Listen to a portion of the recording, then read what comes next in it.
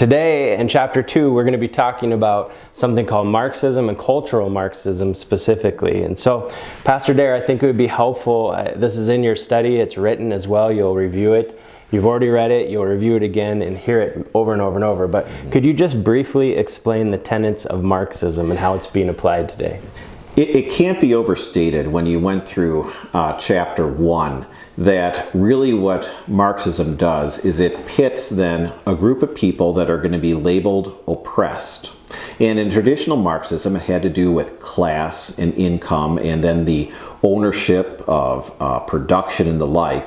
And you had the people who were the workers, and you had the folks who were the owners, where you had the proletariat and the bourgeois, as it was so called.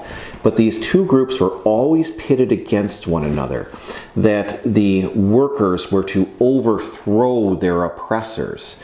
And so you always had these two groups, this idea then that once the oppressed could overthrow the oppressors, this would usher in then this utopia of perfect equality where everything was shared. That was the idea behind Marxism in its traditional view.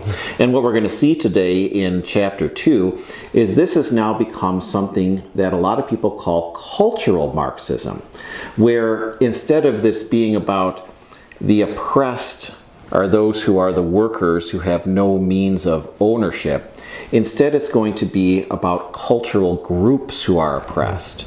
So for instance, we're going to see by gender, we're going to divide people where women are oppressed and men are labeled the oppressors.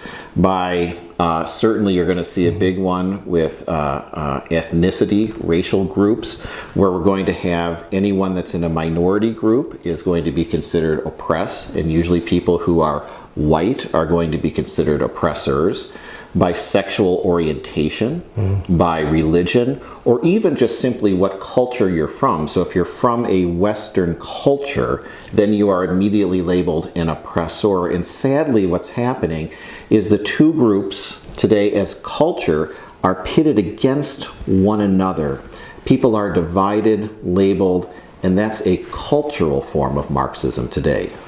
So this pitting against one another, just as a starting place, like you walk into every situation, there's two people, one is oppressed, one is oppressor, there's no in between, and oftentimes it has to do with things you can't control, right, or you were just born that way.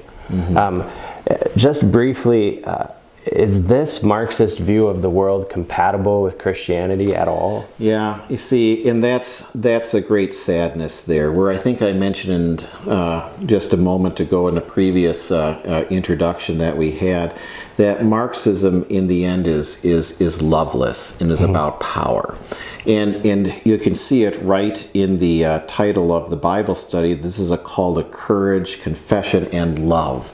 That Christians are to love each person because they are created by God intentionally and fearfully, wonderfully made, and they're redeemed and loved in Jesus Christ and His cross. And so we too are to love each and every person, and instead of power, Jesus came to serve us. And so we are called to serve others. And this is where we start to get into that incompatible nature, really, of Christianity and this ideology of Marxism. So the intentions might be the same, to care and love, but the way we go about it is incompatible. Yeah, we certainly don't want to label people by outside characteristics. We certainly don't want to pit those groups against one another either. These are certainly things that as Christians we want to stay away from. Yeah. Well, we'll continue to get into this. It's only Chapter 2. As we go through, you will continue to hear more and more about what Marxism is and how it plays itself out. Blessings on your study today.